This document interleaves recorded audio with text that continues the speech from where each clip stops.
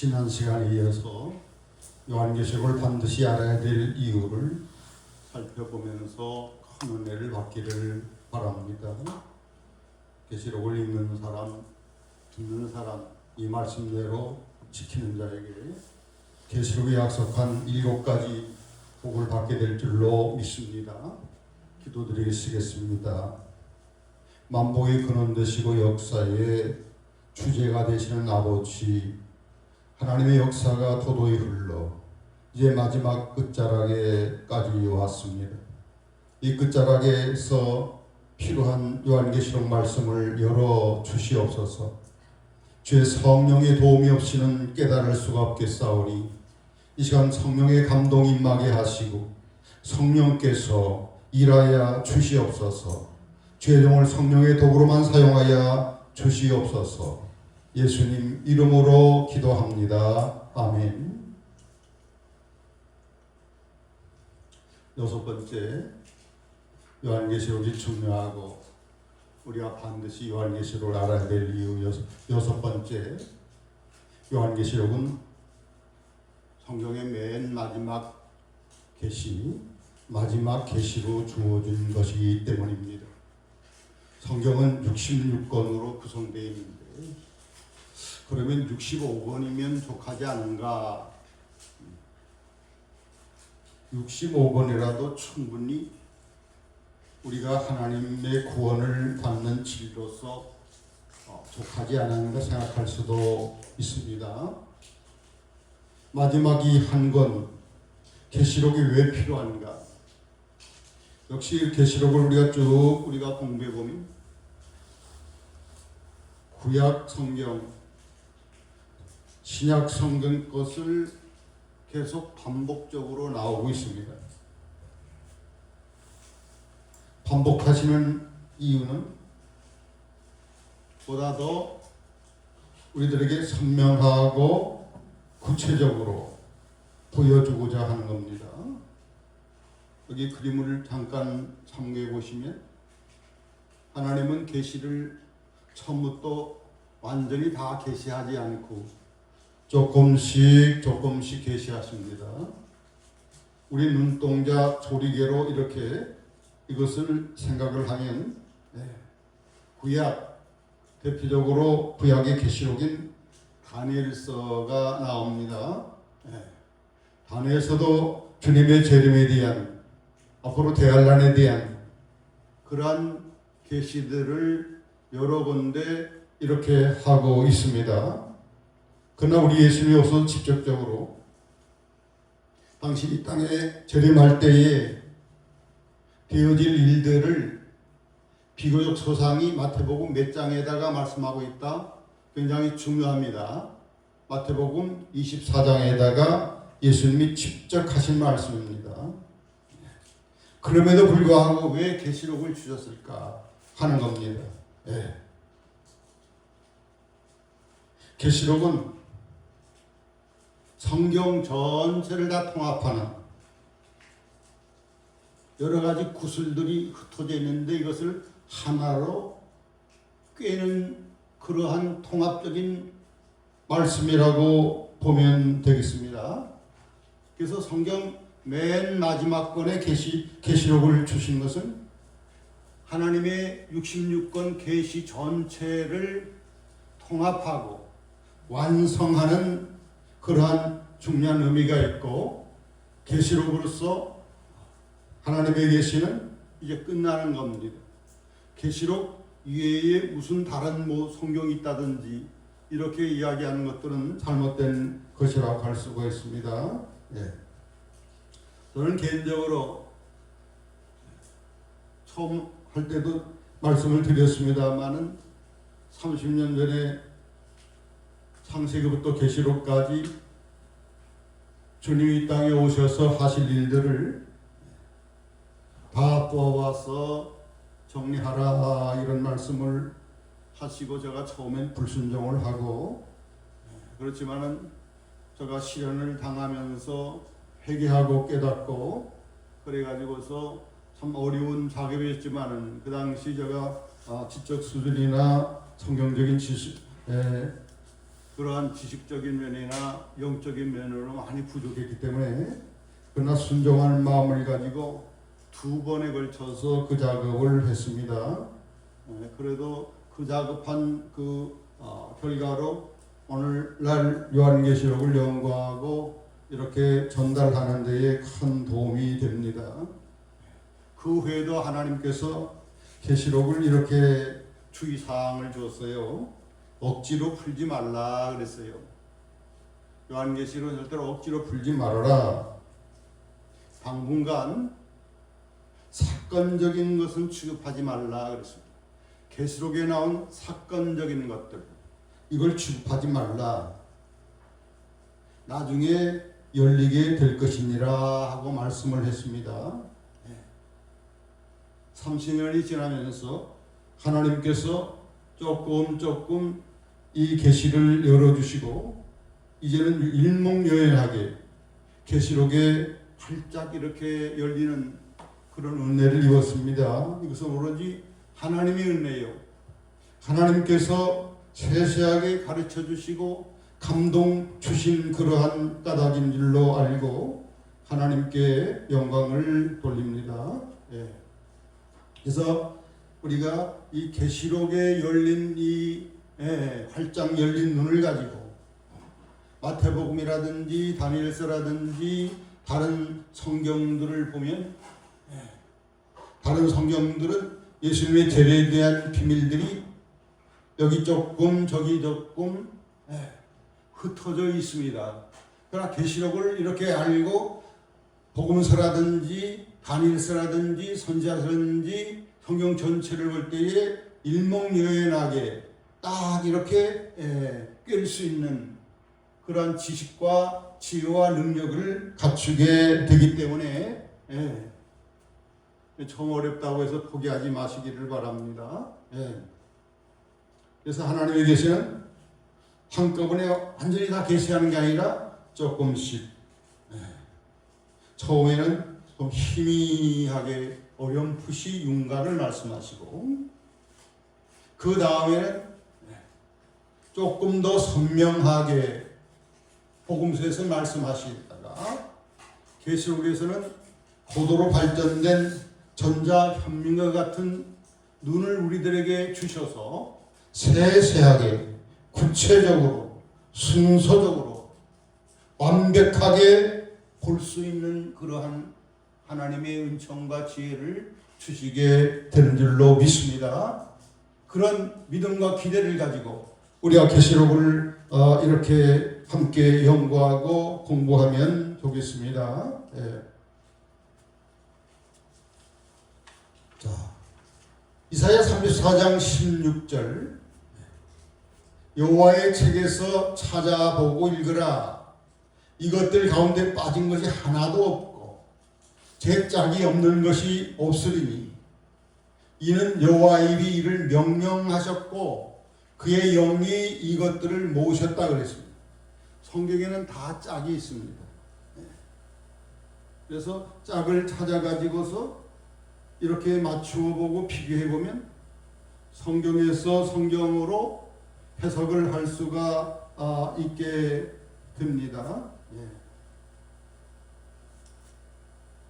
계시록 10장 11절에 온 세계에 다시 예언해야 된다 이렇게 말씀을 하셨습니다. 다시 예언해야 된다 그랬어요. 그 전에 예언들을 가지고 다시 예언하는 거예요. 반복적으로 예언하는 것입니다. 그래서 요한계시록을 해석하는 중요한 키가 있는데 그것을 말씀을 드리고자 합니다. 첫째, 예수님을 사랑하고 사모하는 마음이 필요해요. 예수님을 사랑하고 사모해서 주님 오시기를 간절히 고대하는 이런 마음이 있으면 요한복음 14장 21절처럼 하나님이 이렇게 가르쳐 주신다고 계시로 이렇게 나타내 주신다고 말씀을 하셨어요. 막달라 마리아가 그렇게 예수님을 사모하니까 예수님의 부활한 모습을 누구한테 가장 먼저 보여줬어요? 베드로도 아니에요, 계시록을 쓴 사도 요한도 아니에요. 막달라 마리아에게 먼저 보여주셨습니다. 이게 굉장히 중요해요. 우리가 예수님을 사랑하고 예수님을 사모하고 예수님이 다시 오기를 간절히 이렇게 원하는 이런 사람들에게 계시록이 열리게 되어 있습니다. 다음에 이 말씀대로 살려고 간절한 그런 마음이 있는 사람에게 계시록이 쉽게 열립니다. 요한복음 7장 17절 보면 예수님 하신 말씀이 너희들이 하나님의 뜻대로 살고자 한다면 내가 어디서부터 오며 내가 하는 말을 너희들이 다 알게 될 것이라고 이야기를 했어요. 그러니까 바리새인들이 유대 지도자, 종교 지도자들이 하나님 뜻대로 살고자 하는 이런 열심도 없는 채 예수님 앞에 나아가니까 예수님을 핍박하고 그랬습니다. 다음에 셋째, 계시록을 풀 수 있는 중요한 열쇠 키는 성령의 감동으로 계시록을 받아 기록하는 거기 때문에 누구의 도움을 간구해야 된다? 성령 하나님의 도움을 끊임없이 겸손히 간구할 때에 성령 하나님은 진리로 인도하고 진리를 가르치고 성령의 기름 부음이 임하면 아무도 가르칠 필요가 없을 정도로 하나하나 이렇게 밝히 깨달아지는 놀라운 일들을 경험하게 될 것입니다. 다음에 구약 성경 마태복음 24장 그 외 신학들의 말씀들과 이렇게 다 짝이기 때문에 악을 찾아서 대비시켜 보면 답이 그대로 나오게 되어 있어요. 그래서 우리 예수님께서도 마태복음 24장에 인자가 이 땅에 재림하기 전에 뭐가 있을 것이다? 전무후무한 창세 이후로 없던 대환란이 올 것이다. 대환란 때 인자가 하늘에서 구름 타고 재림하게 될 것을 말씀을 이렇게 하면서 어디 성경을 인용했느냐 예수님이? 마태복음 24장 15절에 보면 다니엘이 말한 바 가증한 것이 거룩한 곳에 선 것을 보거든 유대인 사람들은 빨리 산으로 도망가고 이런 말씀이 있습니다.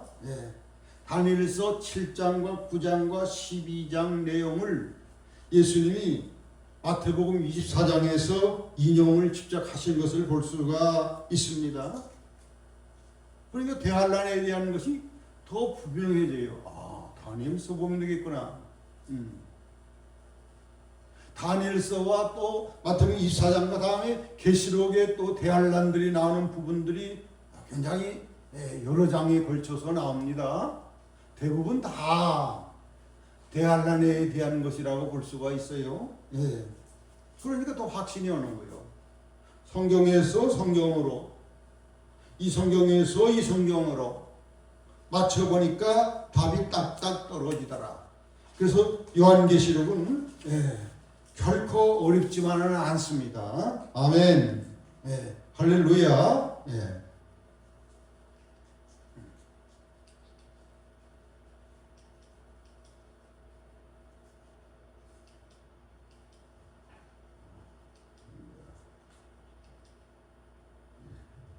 7번째로 최종적으로 요한계시록은 구원받을 자가 어떤 사람인지를 알려줍니다.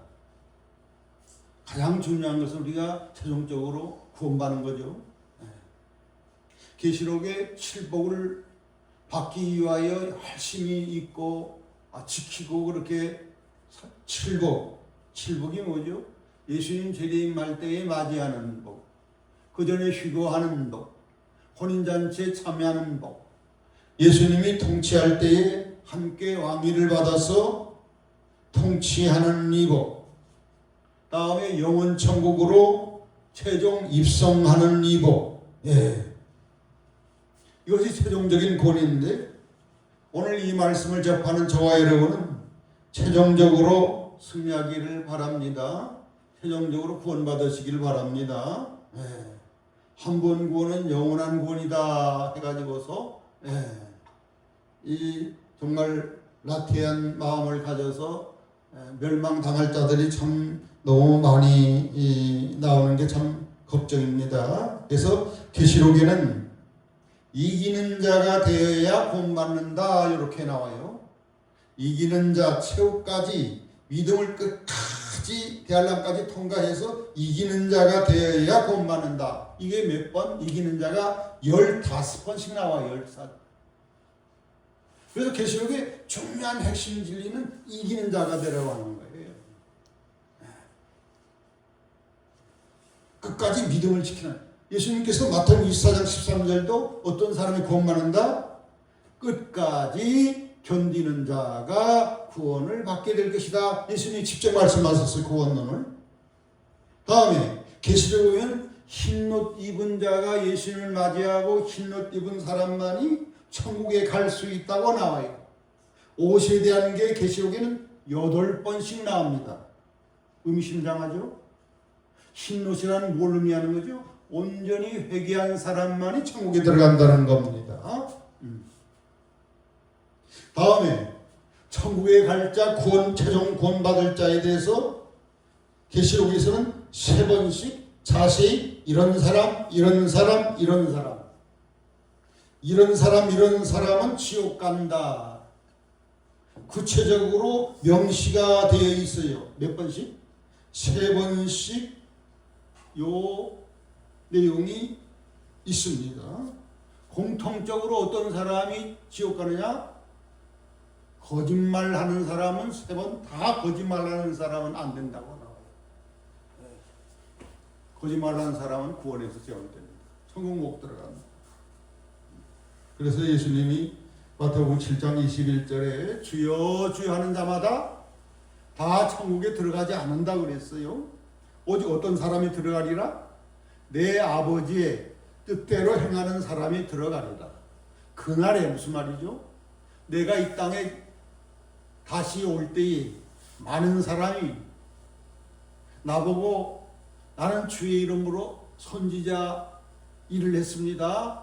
주의 이름으로 능력을 행했습니다. 주의 이름으로 귀신을 쫓아냈습니다. 하리니 내가 그때에 그들을 향하여 이 불법을 행한 자들아 내게서 떠나가라.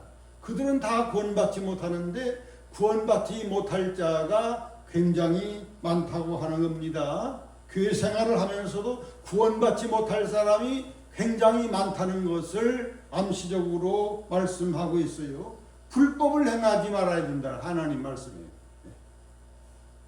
오늘 첫 부분에 이렇게 말씀한 것처럼 우리가 예수님의 보혈의 은총을 믿어가지고 성령의 역사로 잃었던 파괴된 하나님의 형상이 회복되고 내 안에 하나님의 법이 새겨진, 그래서 사랑의 그 회로 따라 사는 내면화가 이루어진 사람들만이 천국 백성이 될 수가 있습니다. 하나님의 형상으로 거듭나지 않은 사람은 천국 갈 수가 없어요. 요한복음 3장 5절에도 보면 성령으로 거듭나지 않은 사람은 천국 못 간다고 나왔어요. 네. 그래서 바울이 고린도전서 9장에 남들을 전도해가지고 많이 이렇게 구원받게 해놓고는 내가 도리어 하나님 앞에 그날에 버림당하지 않도록 두려워한다 이 말씀이 있어요. 얼마나 겸손한 자세인지 몰라요. 그러면서 고린도전서 10장에는 2번씩 우리의 본보기가 있다. 우리의 본보기. 광야 이스라엘 백성들은 다수가 다 가나안 복지에 들어가지 못했지 않느냐 그랬습니다. 천국에 들어가지 못할 자가 많다는 거예요. 홍해를 거르는 것은 세례라고 나옵니다. 세례를 받는 사람도 다 구원받지 못할 수 있다. 하나님의 기적을 체험한 사람들도 다 구원받지 못할 수도 있다. 직분을 받았어도 다 구원받지 못할 수도 있다 하는 것을 이렇게 명심히 생각을 하고 항상 우리가 베드로서에 고면하는 것처럼 나그네 있을 때에 무엇으로 지내라? 두려움으로 지내라. 그날 최종고는 아무도 장담할 수가 없습니다.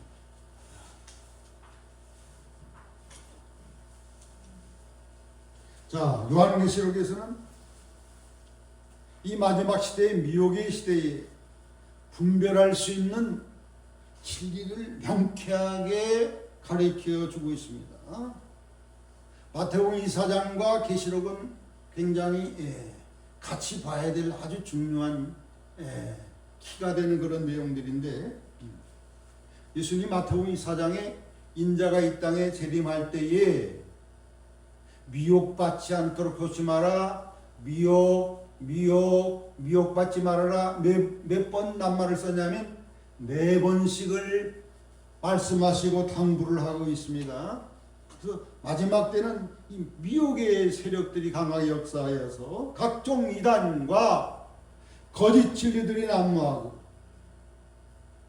다음에 세상의 물질과 향락 중심주의 문화가 교회에 들어와가지고 교회에 침투해서 교회를 무너뜨리고 있습니다. 현실적으로 우리가 잘 아시는 대로 신천지,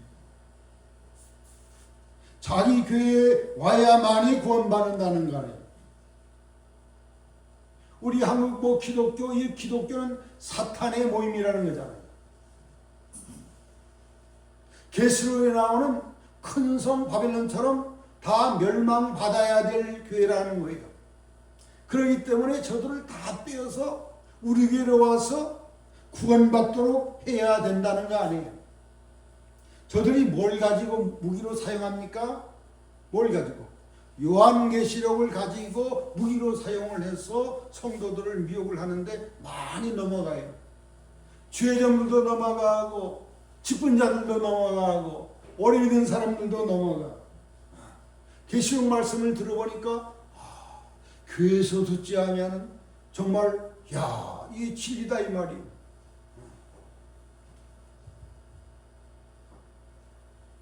오늘날 우리 교회는 계시록이 솔직히 약합니다. 계시록을 전하지만 두리뭉실하게 전하면 두리뭉실하게 정확히 알지 못하니까 고도화된 전자현미경으로 볼 수 있는 그런 영안이 부족하기 때문에 성도들에게 두리뭉실하게 가르칠 수밖에 없어요. 두리뭉실한 진리를 가지고는 이 마지막 시대에 이 악랄한 사단의 권세, 음흉한 이 사단을 대적해 이길 수가 없어요. 날카로운 지성으로 연마돼야 돼. 강력한 영권으로 무장돼야만이 우리가 이 이단의 세력들을 물리치고 우리가 이길 수 있습니다. 사랑하는 여러분, 지금은 바야흐로 역사의 끝자락이 됐기 때문에 계시록을 활짝 열어주셨어. 지금 시대는 계시록 시대입니다.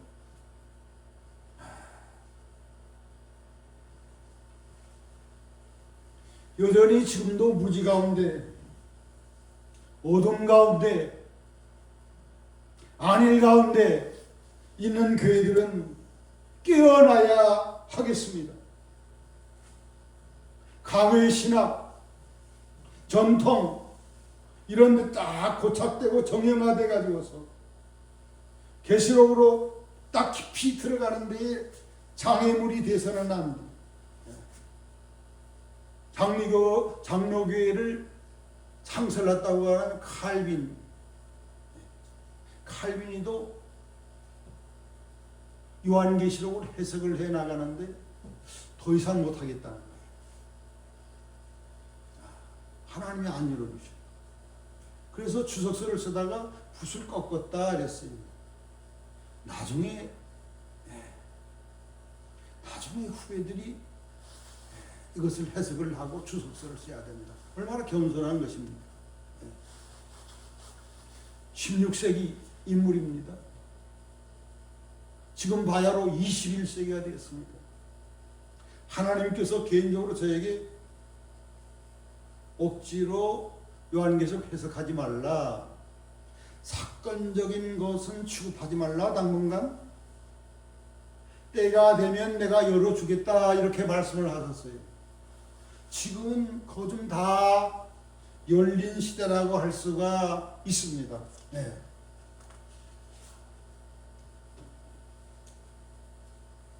예수님이 직접적으로 요한계시록의 권위성을 인정하고 강조하신 성경이 있습니다. 자, 요한계시록 맨 마지막 장 결론장에 22장 18절과 19절을 보십시다. 내가 이 두루마리의 예언의 말씀을 듣는 모든 사람에게 드러나 증언하노니, 이 두루마리 예언은 뭘 이야기하는 거죠? 이 두루마리의 예언, 요한계시록을 이야기하는 거죠. 요한계시록을 듣는 모든 사람에게 증언하노니, 만일 누구든지 이것들 외에 더 보태면 하나님이 이 두루마리 계시록에 기록된 그 무수한 재앙들을 그에게 재앙을 더하겠다 하고 경고를 하고 있습니다. 만일 누구든지 이 두루마리 예언, 요한계시록의 말씀에서 제하여 버리면, 일부를 뺀다든지 수정하다든지 자의적으로 해석한다든지 이렇게 할 경우는 이 요한계시록 기록된 생명나무와 및 거룩한 성에 참여함을 제하여버리라. 천국 못 들어가게 제해버리겠다는 거 아니에요. 영원 최종권과 관련이 있는 거예요. 계시록이 이만큼 중요한 거예요. 예수님이 직접적으로 요한계시록의 권위를 이야기했습니다. 그렇기 때문에 우리는 요한계시록을 더 보태도 안 되고 임의대로 자의적으로 해석을 해가지고 일부를 이렇게 뺀다든지 이렇게 할 때는 하나님의 무서운 재앙과 천국에 들어가는 데 아예 죄어버리는 이런 일이 있게 된다는 것을 주님이 직접 말씀했습니다. 그래서 우리가 계시록을 우리가 공부함에 있어서 해석함에 있어서 지나치게 어떤 분은 전부 다 상징적으로 푸는 분이 있어요. 그러면 결국 남는 게 없어요. 또 어떤 분은 전체를 다 문자 그대로 해석을 해요. 굉장히 문제가 일어날 수 있습니다. 그러면 어느 정도 상징적으로 보고 어느 정도 문자를 볼 것이냐? 저가 들어가서 하나하나 이렇게 한번 살펴볼 것입니다. 우리가 기도하고 이렇게 열어주시면 이건 상징적으로 봐야 되겠다, 이건 문자적으로 봐야 되겠다 하는 그러한 이해와 깨달음이 생기게 될 줄로 믿습니다. 끝으로 우리 요한계시록이 중요하고 요한계시록을 꼭 알아야 될 그러한 이유 중에 하나는 이제 마지막 시대의 교회들이 아주 중요한 역사의 분기점이 되는 역사적이고 시대적인 사명이 있음을 요한계시록은 알게 됩니다. 각 시대마다 하나님께서는 시대적인 말씀, 시대적인 독특한 사명들이 부여했어요. 노아 시대는 뭘 준비하라? 방주 준비하라. 모세 시대는 뭘 받으라? 십계명 돌비 율법을 받아서 전하라. 엘리야 시대는 바알 우상에게 무릎 꿇던 백성들을 회개시켜 돌이켜라. 다음에 세례 요한 시대는 하나님의 중요한 메시지와 사명은 뭐예요? 회개해서 회개 열매를 맺지 않으면 예수님이 오셔서 심판하신다. 그분이 오실 날이 임박했다. 회개하여 그분을 맞이할 준비를 하는데 회개의 열매들을 다 맺어야 된다는 게 그러한 역사적 시대적 사명이었습니다. 다음에 바울의 시대적 사명은 무엇입니까? 어떻게 하는지 십자가 복음, 예수님이 다시 부활한 걸 만나고 있죠. 부활한 예수 그리스도를 땅끝까지 온 세계에 세계 중앙인 로마까지 가서 널리 전파하고 교회들을 세우는 사명이 있습니다. 그러니 마지막 때에 역사의 끝자락에 있는 하나님의 교회들은 어떤 역사적 시대적 사명을 받았느냐? 주님이 다시 오심을 증거해야 됩니다.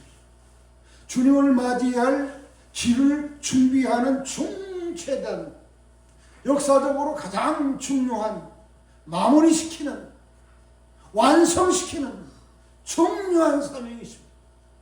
하나님 형상, 예수님 형상으로 성도들이 성숙한 사랑의 열매를 맺어야 돼. 오늘 앞서 말씀드린 것처럼 내가 오랜 세월 40여 년 동안 목회를 하면서 많은 성도들과 직분자들을 만나는데 참 실망하는 부분이 굉장히 많은 것은 예수의 마음과 예수의 정신과 예수의 향기를 나타내는 사람이 그리 많지 않다는 거예요.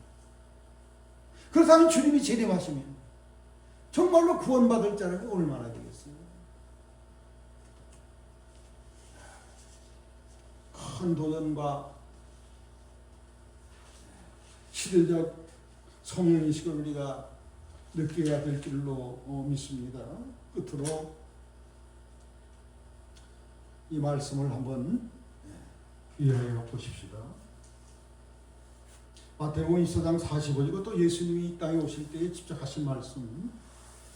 충성되고 지혜 있는 종이 되어라 그랬어요. 충성되고 지혜, 다 근만종. 주인에게 그 집 사람들을 맡아 때를 따라 양식을 나눠줄 자가 누구냐 그랬습니다. 때를 따라 주의 종이, 예수님의 종이 때를 따라 양식을 먹여야 된다는 겁니다. 때에 많은, 아까 시대마다 때에 많은 말씀들이 있었어요. 지금 칼빈 루터 종교의 시대가 아니죠. 바울 시대가 아니죠. 초림을 예비한 세례 요한의 시대가 아니죠. 지금은 역사의 맨 끝자락에 우리가 서 있습니다. 여기에 맞는 말씀을 받아서 여기에 적합한 말씀거를 성도들에게, 하나님의 양들에게 먹여야 된다는 거예요. 그렇게 하면 주인이 올 때에 누구죠? 예수님이 이 땅에 다시 오실 때에 그 종들이 이렇게 하는 것을 보면 그 종에게 복이 있을 것이다 그랬습니다. 어떤 복이냐? 내가 진실로, 예수님 하신 말씀, 너에게 이르노니 주인이 모든 소유를 그에게 맡기리라 그랬습니다. 누가복음에서는 19장 보면 왕권을 받으러, 예수님이 왕권 받으러 간 걸로 나와. 하나님 아버지로부터 왕권을 받으면 와가지고서 종들을 불러가지고 얼마나 착하고 충성된 일을 했는지, 이렇게 작은 일에 충성했는지 보고 어떤 종에게는 10고을 다스린 왕권을 주고 어떤 종에게는 5고을을 통치하는 그런 왕권을 주고 왕권에 그러한 차등이 분명히 상이 있게 되는 겁니다. 이 말씀을 믿으시기를 바랍니다. 막연히 예수님 재림만을 기다리고 그렇게 이야기하면 안 돼요. 예수님이 오셔서 만왕의 왕으로 오셔서 요번은 죽으러 오신 것이 아니라 십자가 지는 그러한 자로 오는 게 아니라 만국을 통치하기 위하여 만왕의 왕으로 오셔서 심판하시고 천년왕국에서 순교하신 성도들을 처음 부활시켜서 그들에게 왕위를 주어가지고서 함께 통치한다는 게 계시록 말미에 계시록 19장 20장에 구체적으로 세세히 나오고 있습니다. 자, 우리 한국교회가 정말 하나님이 사랑하는 교회예요. 하나님께서는 한국교회에 소망을 두고 있습니다. 이 마지막 시대의 추수의 복음, 계시록 14장에 나온 것처럼 영원한 복음, 심판의 복음, 주 다시 오심 재림의 복음, 이 요한계시록적 복음을 땅 끝까지 전파하여 저들을 주님 오시기에 마시기에 적합한 자로서 이렇게 열매 맺도록 하는 이 아주 중차대한 역사적 시대적으로 가장 중요한 사명이 우리 한국교회에 하나님께서 기대하고 있다는 것을 좀 깨닫고 기도하고 있습니다. 앞으로 계속적으로 이제 다음부터는 요한계시록 본문으로 들어가서 살펴보면서 큰 은혜를 받을 수 있기를 축복합니다. 기도하겠습니다. 우리를 사랑하신데 독생자 외아들까지 주신 우리 하나님이시요, 우리 주님이 땅에 오신다는 약속이 하나님 성경의 신구약에 1800회나 이렇게 약속을 했습니다. 이제 바야흐로 그날이 점점 다가오고 있습니다. 우리가 얼마나 예수님 맞이할 준비를 하고 있습니까? 주여, 얼마나 우리들이 예수님의 형상이 우리들이 회복이 되고 성숙하고 사랑의 열매로 이렇게 성숙해 있습니까? 쭉정이는 심판하여 지옥불에 던진다고 말씀하셨사오니 경각심을 가지고서 이 말씀을 부지런히 읽고 열심히 배우고 이 말씀대로 내면화시키고 성품화되고 생활화하여서 인정받고 복을 받는 일곱 복을 받는 우리 모두가 되게 축복해 주시옵소서. 예수님 이름으로 기도하옵나이다. 아멘.